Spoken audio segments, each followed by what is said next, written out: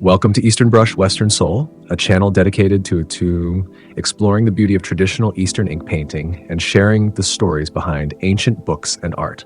In today's video, we'll dive into a fascinating piece of Chinese art history, the Liaozhai Quantu, Liao Chentu, a rare and exquisite illustrated series based on Pu Songling's classic collection of supernatural tales, Strange Tales from a Chinese Studio, Liao Jieji.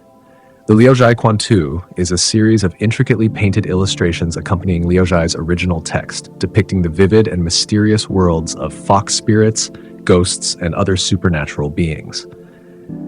Created during the late Qing Dynasty, likely in the Guangxu period, the set originally consisted of 90 volumes, but only 23 are known to survive today.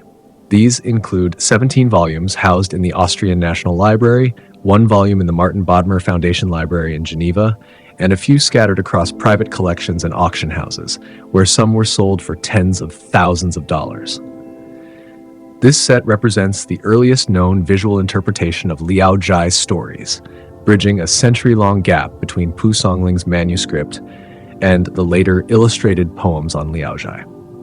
Each volume is beautifully bound with song brocade covers featuring pink gold sprinkled paper on the first page, followed by a directory, and then right-hand illustrations paired with Liaozhai's original text on the left. The folding book format encased in wooden boards showcases the craftsmanship and storytelling tradition of late imperial China. Stay tuned as we explore this rare treasure and uncover its artistic and historical significance.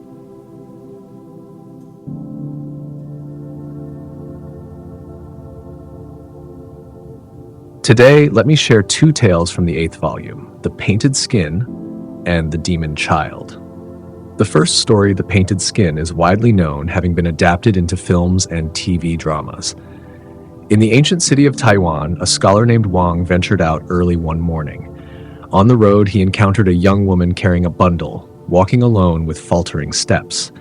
She appeared to be about 15 or 16 years old, her beauty radiant and delicate. Wang's heart stirred with admiration. Approaching her, he asked, "Why are you traveling alone so early in the day?" The girl replied coldly, "A lonely traveler finds no solace in idle chatter. Why trouble yourself with questions?" But Wang persisted. "If you are burdened with sorrow, tell me. Perhaps I can help." With a weary sigh, she confessed, "My parents sold me to a wealthy man. His wife is fiercely jealous and torments me day and night with beatings and curses. Unable to bear the humiliation, I fled, though I have no place to go." Wang offered, "My home is not far from here. If you are willing, you can stay for a while." The girl's face lit up with gratitude, and she agreed. Wang carried her bundle and led her to his house. Once there, she looked around and asked, "Do you live alone?" "This is my study," Wang replied. "This place will do," she said. "If you pity me and wish to let me stay, you must promise to keep it a secret." Wang readily agreed and concealed her in a hidden chamber. Days passed, and no one discovered her presence. Eventually, Wang confided in his wife, Madame Chen. She grew suspicious, believing the girl to be a concubine of some wealthy household, and advised her husband to send her away. But Wang refused to listen. One day, while Wang was at the marketplace, he encountered a Taoist priest. The priest looked at him with alarm and said, "What misfortune has befallen you?" "Nothing at all," Wang replied. The Taoist's gaze grew stern. "You are surrounded by a malevolent aura. How can you say nothing has happened?" Wang dismissed the priest's warning as nonsense, but as the priest left, he muttered, "A fool! Death looms over him, and he remains oblivious." Troubled by the encounter, Wang began to doubt the girl. Yet he dismissed his doubts, reasoning that such a beautiful maiden could not possibly be a demon. Surely, the priest was a charlatan seeking alms. Later, returning to his study, Wang found the door locked. Suspicious, he scaled the wall and peeked through the window. What he saw froze his blood. Inside was a ghastly creature with greenish skin and jagged teeth like a saw. The creature spread a human skin on the bed and painted it with a colorful brush. Once finished, it threw the skin over itself and instantly transformed into the young woman. Terrified, Wang fled, seeking out the Taoist priest. He fell to his knees, begging for help. The priest sighed, "I pitied the spirit and let it be, but now it must be dealt with." He handed Wang a fly whisk. "Hang this on your bedroom door. If anything happens, find me at the Temple of the Azure Emperor." That night, Wang hung the fly whisk on his door and retired to the inner room. At midnight, he heard a rustling outside. Terrified, he sent Madame Chen to peek. She saw the girl standing before the door, her face contorted with rage, unable to enter. The girl lingered, muttering bitterly, "That Taoist seeks to frighten me. I won't let my prize slip away." With a snarl, she tore the fly whisk to shreds and broke into the room. Striding to Wang's bedside, she clawed open his chest and ripped out his heart, disappearing into the night. The next day, Madame Chen summoned Wang's younger brother to inform the Taoist. Enraged, the priest declared, "I spared it out of mercy, but now it shall pay." The hunt led them to Wang's brother's house, where the spirit had disguised itself as an old woman seeking work. With a wooden sword, the Taoist confronted her. The woman shrieked, shedding her human skin to reveal the demon beneath. The priest struck it down, reducing it to a swirling black smoke, which he captured in a gourd. The villagers gathered to gaze at the discarded human skin, eerily lifelike. As the Taoist prepared to leave, Madame Chen begged him to revive her husband. The priest hesitated. "I lack the power to bring back the dead, but seek out a certain madman in the marketplace. He may help." The journey led to a filthy beggar, reeking and covered in grime. Madame Chen knelt before him, explaining her plight. The madman mocked her, spat phlegm into his hand, and ordered her to swallow it. Though humiliated, she obeyed. Returning home in despair, Madame Chen wept over her husband's lifeless body. Suddenly, she vomited out the phlegm, which fell into Wang's chest cavity. To her astonishment, it transformed into a beating heart. She bound his chest tightly, and by dawn, Wang breathed again, the scars of his ordeal faint but healing. Thus, life was restored, but the warnings of the Taoist echoed ominously. Men are fools, bewitched by beauty and deaf to reason. Beware, for the painted skin hides much more than mere illusion.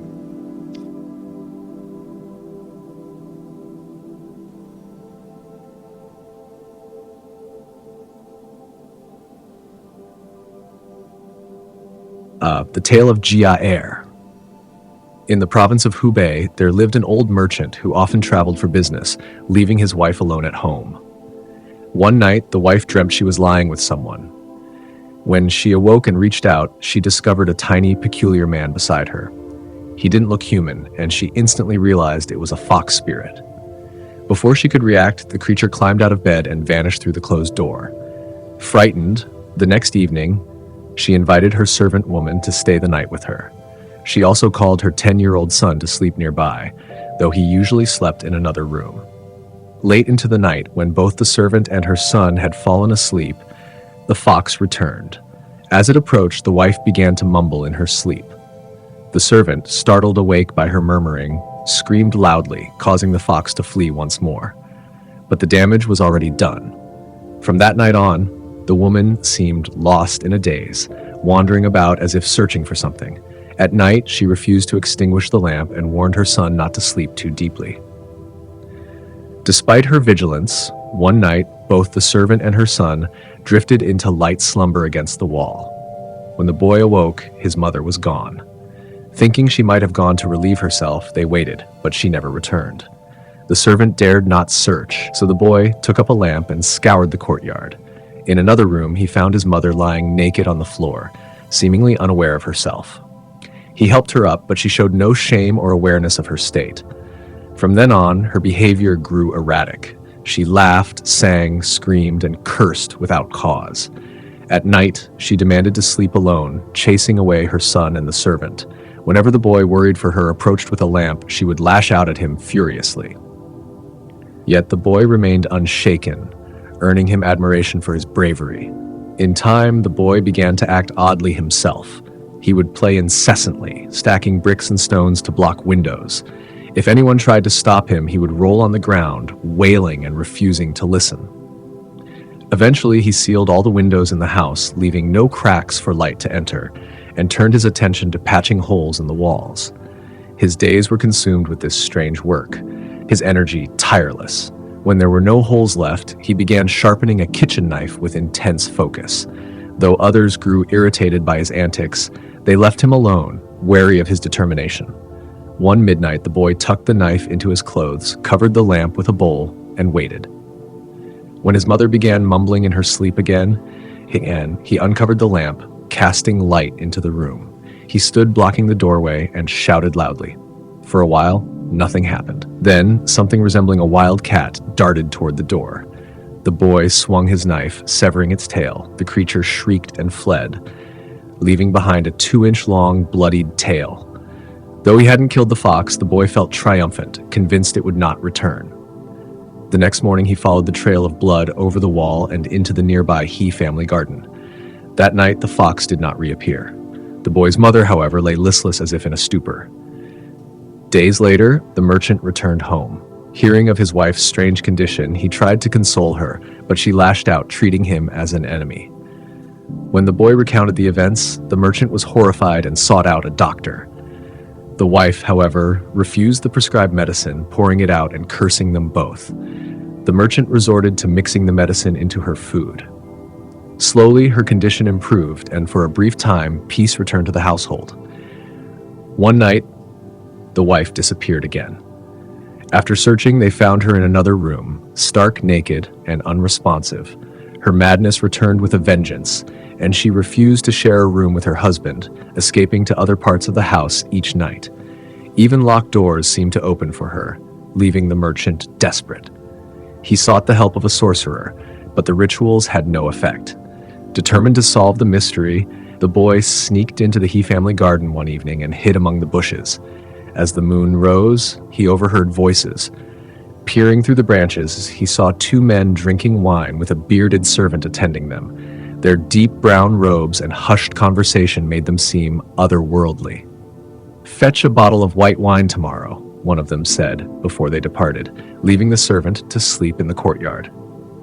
The boy noticed the servant had human limbs but a tail hanging behind him. The boy returned home and concocted a plan. The next day, while in the market with his father, he pestered him to buy a foxtail from a hat shop. When his father refused, the boy threw a tantrum until his father relented. Using money he secretly stole, the boy also bought a bottle of white wine and hid it in a tavern.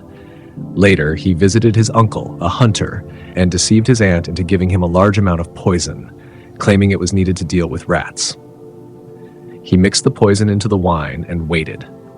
Days later, he encountered the bearded servant in the market and, pretending to be a fellow fox spirit, offered him the poisoned wine. That night, his mother slept soundly for the first time in weeks. Curious, the boy and his father visited the He family garden. There they found 3 dead foxes, one with a severed tail. Beside them lay the half-empty wine bottle. From that night on, peace returned to their household. Though the mother was frail, her mind gradually cleared. With time, her health improved, as did the lives of others who had been tormented by the foxes. The merchant, proud of his clever son, taught him martial arts and praised his courage. The boy grew into a formidable man, eventually rising to the rank of general. And so, the tale of Jiaer, the fox slayer, lived on.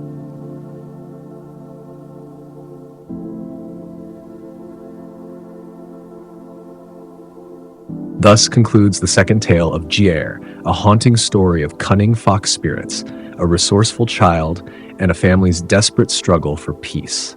The artful retelling of such stories mirrors the essence of our channel, Eastern Brush, Western Soul, where we bring to life the rich textures of Eastern art, folklore, and history with a modern perspective. A heartfelt thanks goes to Little Fish for meticulously translating and reshaping the narrative of the 8th volume.